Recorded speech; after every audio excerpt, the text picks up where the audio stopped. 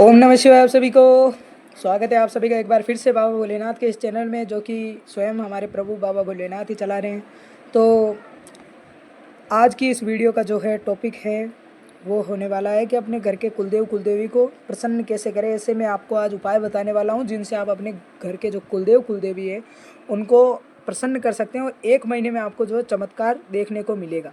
तो सबसे पहले तो आपके घर परिवार पर बाबा भोलेनाथ अपनी ऐसी मनोकामना बरसा रहे होंगे और आप सभी जो है खुश होंगे।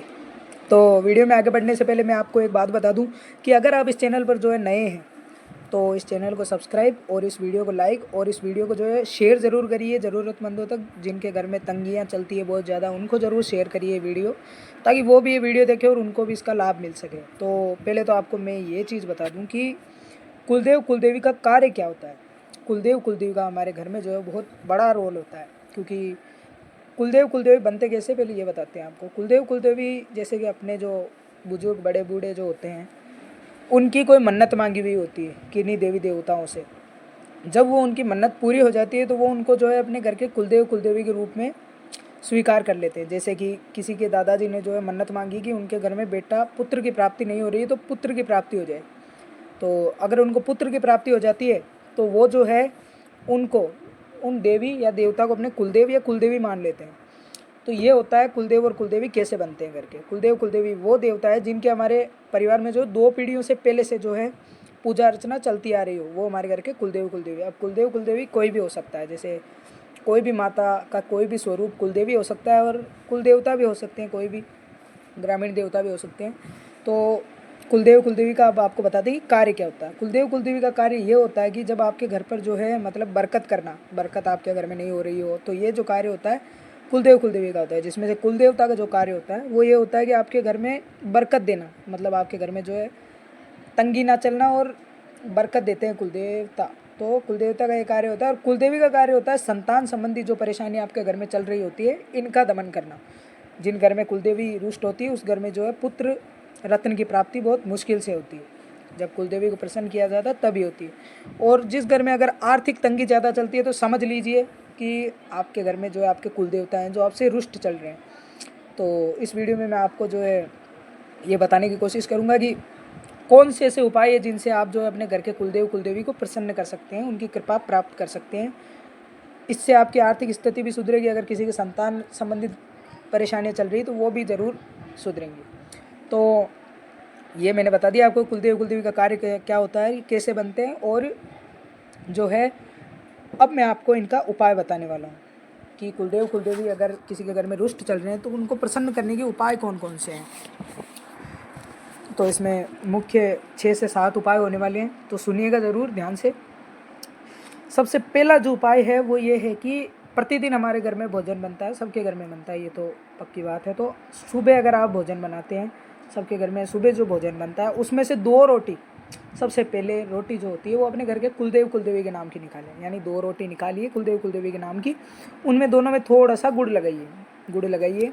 उसके बाद बाहर ऊंचा स्थान, कोई ऊंचा स्थान हो या फिर आपके घर में जो है अगर बाहर कुलदेवी कुलदेवी के लिए जो दीपक रखने का स्थान बनाया जाता है अगर वो हो तो सबसे बढ़िया है। वरना अगर ना हो तो अपने घर के जो मंदिर में अपने कुलदेव कुलदेवी के नाम की वो 2 रोटियां उनका नाम लेकर ज़रूर रखें। और अगर आपको अपने घर के कुलदेव कुलदेवी का नाम नहीं पता है तो आप ऐसा बोलिए कि हे मेरे घर के कुलदेवी कुलदेवता, मैं अज्ञानी मूर्ख बालक हूँ, आपका तुच्छ बालक हूँ, मुझे आपका ज्ञान नहीं है, आपका नाम मुझे नहीं पता है, तो कृपा करके मेरा ये भोग मेरे घर के कुलदेव कुलदेवी ग्रहण करे ग्रहण करे ग्रहण करे।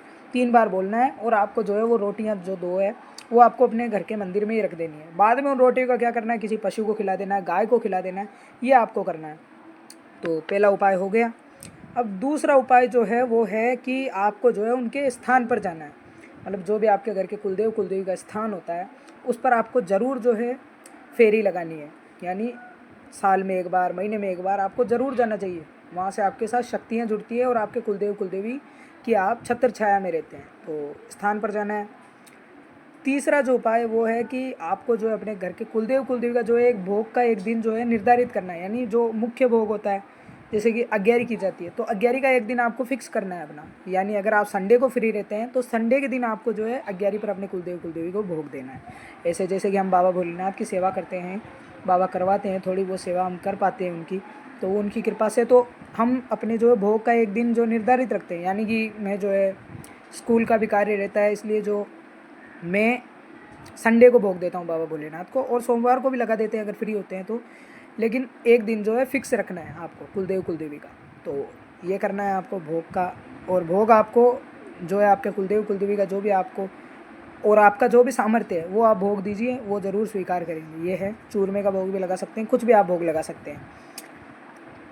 अब आपका जो है चौथा उपाय जो है वो ये है कि आपको जो है अपने घर के कुलदेव कुलदेवी का जो है दीपक, यानी एक ही दीपक ले लीजिए। वो जो दीपक है आपको घर की चौखट पर ज़रूर जलाना है, या फिर आपके घर में अगर जो पुराने घरों में जो है एक स्थान छोड़ा जाता था बाहर जंगले टाइप में, उस अगर वो स्थान है तो उसमें ज़रूर जलाइए, या फिर चौखट में आपके कुलदेव कुलदेवी का नाम का दीपक जो है आप ज़रूर जलाइए। ये आपको करना है। आप मंदिर में भी जला सकते हो कुलदेव कुलदेवी का नाम का, लेकिन जलाना ज़रूर है, ये करिए। अब जो आपका पाँचवा जो उपाय है वो आपका ये होने वाला है कि पाँचवा उपाय ये है कि आप एक गुल्लक जो है आप एक गुल्लक रखिए। गुल्लक पर अपने कुलदेव कुलदेवी का नाम लिखिए। अगर कुलदेव कुलदेवी का नाम नहीं पता है तो ऐसे लिखिए, मेरे घर के कुलदेव कुलदेवी, ऐसा लिख दीजिए। उसके बाद आपको क्या करना है, आपकी सैलरी में से जो भी पैसे आते हैं, यानी अगर आप 10,000 रुपये कमाते हैं महीने के, कितने 15,000 कमाते हैं, तो उनमें से ज़्यादा 100 से 200 रुपये, 10 रुपये, 20 रुपये, 100, तो आपको जो है उस गुल्लक में ज़रूर डालने हैं हर सैलरी में से। उससे क्या होगा ना कि जो मतलब उस गुल्लक जब वो भर जाता है गुल्लक, तो साल में अगर आप एक बार चाहो तो अपने घर के कुलदेव कुलदेवी का प्रसादी कर सकते हो, या फिर जो है उनके नाम की जो है वो सवामनी कर सकते हो, या फिर आपके सामर्थ्य अनुसार जितने उसमें पैसे इकट्ठे होते हैं आप जागरण करवा सकते हो, तो कुछ भी आप करवा सकते हो। तो ये पांचवा उपाय हो गया गुल्लक वाला। अब जो छठा उपाय है वो ये है कि आपको जो है जो भी आपकी कुलदेवी है, जो भी आपका कुलदेवता है, उनका जो है पूजा पाठ आपको समय समय पर करते रहना चाहिए, समय समय पर करते रहने चाहिए। और अब सातवां जो उपाय है वो है स्पेशली कुलदेवी के लिए। तो कुलदेवी के लिए आपको क्या करना है कि आपको जो है नवरात्रे आते हैं, या फिर साल में एक बार, या फिर महीने में 2 महीने, 6 महीने में एक बार, जो अपनी कुलदेवी को जो है आपको श्रृंगार का सामान जो आता है ना, वो भेंट जरूर करना चाहिए। माँ को अर्पण करना चाहिए, श्रृंगार का सामान माँ को चढ़ाना चाहिए, चुनरी, जो भी श्रृंगार के सामान आते हैं वो जरूर चढ़ाने चाहिए। तो माता रानी इससे खुश होती है। और जिनको संतान प्राप्ति करनी है वो तो ये जरूर करें, उनको संतान प्राप्ति निश्चित रूप से प्राप्त होगी संतान, क्योंकि आजकल जो सबसे बड़ा जो चल रहा है काम वह संतान की प्रॉब्लम का ही होता है सबसे बड़ा। तो ये करिए आप। इन सभी उपायों को कर कर आप अपने घर के कुलदेव कुलदेवी को जो है प्रसन्न कर सकते हैं। जिनके भी घर में दिक्कतें चलती है, आज अधिकतर जो दिक्कतें चलती है वो इन्हीं के कारण चलती है। घर में बरकत ना होना, संतान संबंधित प्रॉब्लम, और जो बीमारियां घर में, रोग, पैर पसारना, तो ये सब जो होते हैं ये कुलदेव कुलदेवी के कारण ही ये कार्य होते हैं, ये प्रॉब्लम्स आती है घर में।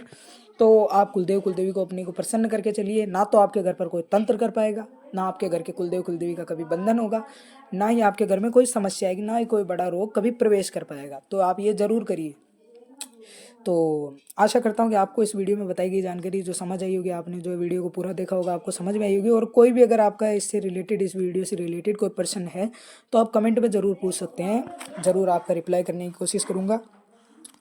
और दूसरी बात ये कि आजकल जो है 8 बजे जो है रोज़ाना प्रतिदिन लाइव आना शुरू कर दिया है। तो लाइव में आप अपने कुलदेव कुलदेवी कैसे चल रहे हैं, या फिर अच्छे हैं, बंधन में तो नहीं है, तो ये आप पूछ सकते हैं फ्री में, निःशुल्क आपको पूछा दी जाती है। अपने पिता का नाम और अपना नाम बताइए, एड्रेस बताइए जहाँ पर आप रहते हैं, ज़रूर आपको बताया जाता है आपके घर के कुलदेव कुलदेवी कैसे चल रहे हैं, पितृ कैसे चल रहे हैं, वो नकारात्मक शक्ति है कि नहीं है, ये सब कुछ आपको बताया जाता है लाइव में। तो आप लाइव में भी जुड़ सकते हैं निःशुल्क, आपसे कोई पैसे भी नहीं लिए जाते।